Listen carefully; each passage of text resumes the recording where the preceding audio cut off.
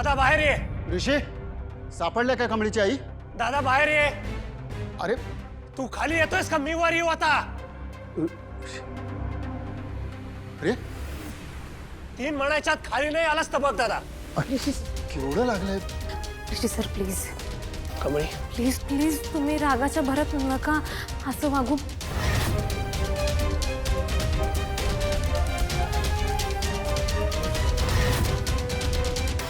एवढं ओरडायला काय झालं? अक्कल आहे का तुला मूर्ख? सरोज काकूंना फसवून घराबाहेर काढलं. फसवून घराबाहेर काढलंस तू. ऋषी मी कोणालाही फसवलेलं नाहीये, सोड मला. ए खोटं नाही बोलायचं. कुठल्या तरी मुलीकडे बोट दाखवून त्यांना सांगितलंस ही तुमची मुलगी म्हणून त्या गेल्या तिच्या मागे आणि तिला उचलून घेतलं. त्यासाठी लोकांनी मारलंय त्यांना. पोलिसांपर्यंत गेल्या गोष्टी. ऋषी मी तुझा मोठा भाऊ आहे, सोड मला. मोठा भाऊ गेला खड्ड्यात. मोठा भाऊ आहेस ना तर तसा वाघ आधी. माझ्या घरी गेस्ट आलेत. कमळी माझी गेस्ट आहे. त्यांना घराबाहेर हाकलण्यासाठी इतक्या खालच्या थराला जाशील तू? तुला तर ऋषी काय चाललंय? तू स्वतःच्या सख्ख्या भावावर हात उगारतोयस? लाज वाटत नाहीये तुला? परक्या माणसांसाठी तू याला मारतोयस? कमळी परकी नाही. अजून किती वेळा सांगायचं आई? आणि मला काय बोलतेस तू? तुझा मुलगा काय वागलाय ते कळत नाही का तुला? मला बोलायच्या आधी ना याला बोल. याला दोन ठेवून दे आधी. अरे अनोळखी माणसाशी सुद्धा कोणी वागणार नाही ना इतका घाण वागलायस तू. हे बघ रोहित, तू चुकलायस हे मान्य कर. अरे हा कसला मान्य करणार? निर्लज्ज माणूस. याला फक्त यांना घराबाहेर काढायचंय बस. हो काढायचंय मला ह्यांना घराच्या बाहेर. आणि कुठल्या नात्याने मी ह्यांना घरात ठेवून घेऊ? कोण लागतात हे आपले? काय अधिकार आहे ह्यांचा आपल्यावर? मैत्रीण आहे ती माझी. मैत्रीण? ऋषी असे माझे कित्येक तरी मित्र मैत्रिणी आहेत. मग त्या सगळ्यांना मी इथे घरात ठेवून घेऊ?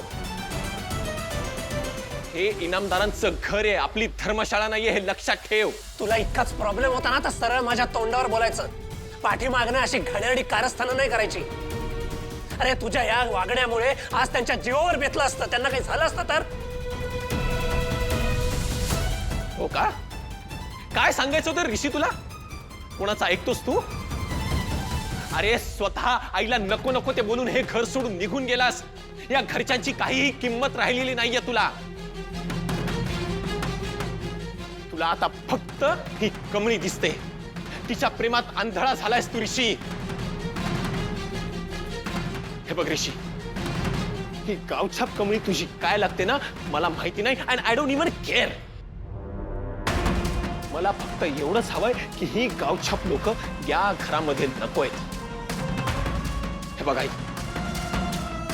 ऋषी हे घर सोडून निघून गेला हा त्याचा निर्णय होता. तू तुझ्या मनाचा मोठेपणा दाखवून ऋषीला परत घरात बोलवलंस हा तुझा मोठेपणा होता. पण ही लोक मला या घरात नकोयत. ऋषीला तू घरात परत बोलवलंस, मला काही प्रॉब्लेम नाहीये. शेवटी कितीही काहीही झालं तरी तो माझा सख्खा धाकटा भाऊ आहे, या घराचा मेंबर आहे. पण हे लोक या घरात आहेत हा माझा प्रॉब्लेम आहे. आता डिसिजन तुला घ्यायचा आहे. एक तर हे लोक या घरात राहतील नाहीतर मी. ठीक आहे राहा. तू राहा घरात. घर डोक्यावर घेऊन नाच. मला फरक नाही पडत. आई यांना घराबाहेर काढायचं ना ठीक आहे. मी नाही राहणार या घरात. आत्ताच्या आत्ता मी यांना घेऊन या घरातून निघून जातो. कमळी चल. कमळी चल. ऋषी वास थांबा. आजही या घरात मी डिसिजन्स घेते आणि जो डिसिजन मी घेते तोच फायनल असतो. नयनतारा मॅडम, मी हात जोडतो तुमच्या संग. प्लीज माझ्यामुळे हे सगळं होतंय. अजून वाद नको. आम्ही जातो इथनं. आम्ही जातो. कमळी तू कुठेही जाणार नाहीयेस. ऋषी सर आओ. कमळी या अशा सिच्युएशन मध्ये काकूंना मी तुला कुठेही घेऊन जाऊ देऊ शकत नाही. प्लीज ऐक. मला काही माहिती नाही तुम्ही कुठेही जाणार नाही आहात. आणि आता पुढे काही बोलायचं नाही, तुला माझी शपथ आहे. नाही, ऋषीला पुन्हा घरातून बाहेर जाऊ देणं म्हणजे माझी खूप मोठी चूक होईल. ऐका, कमळी आणि तिची आई यांची जोपर्यंत दुसरीकडे कुठे राहण्याची सोय होत नाही तोपर्यंत हे आपल्याच घरी राहते. आणि तुला हे पटत नसेल अगं पण आई, तू आज जा.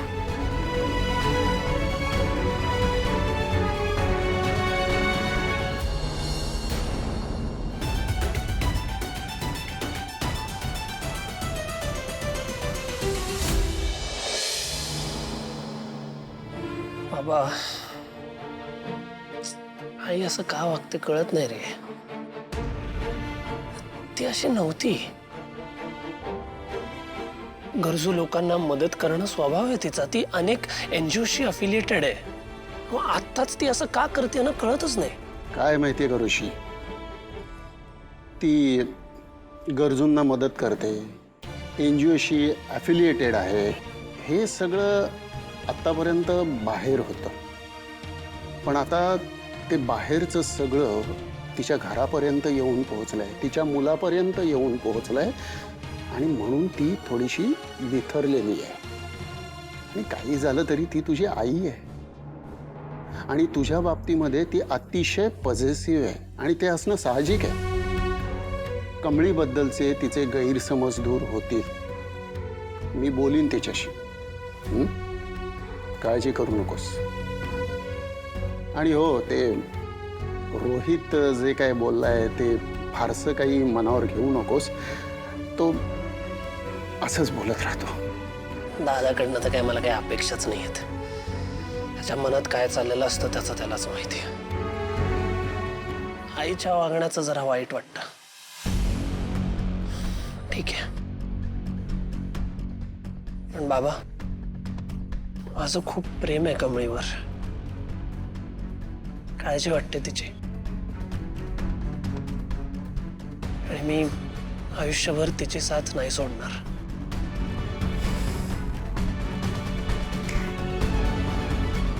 होईल सगळं ठीक.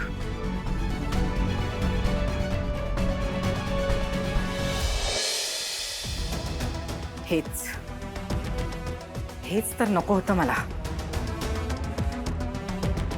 ही कमळी ऋषीच्या आयुष्यात आहे, त्याची मैत्रीण आहे, प्रेमिका आहे.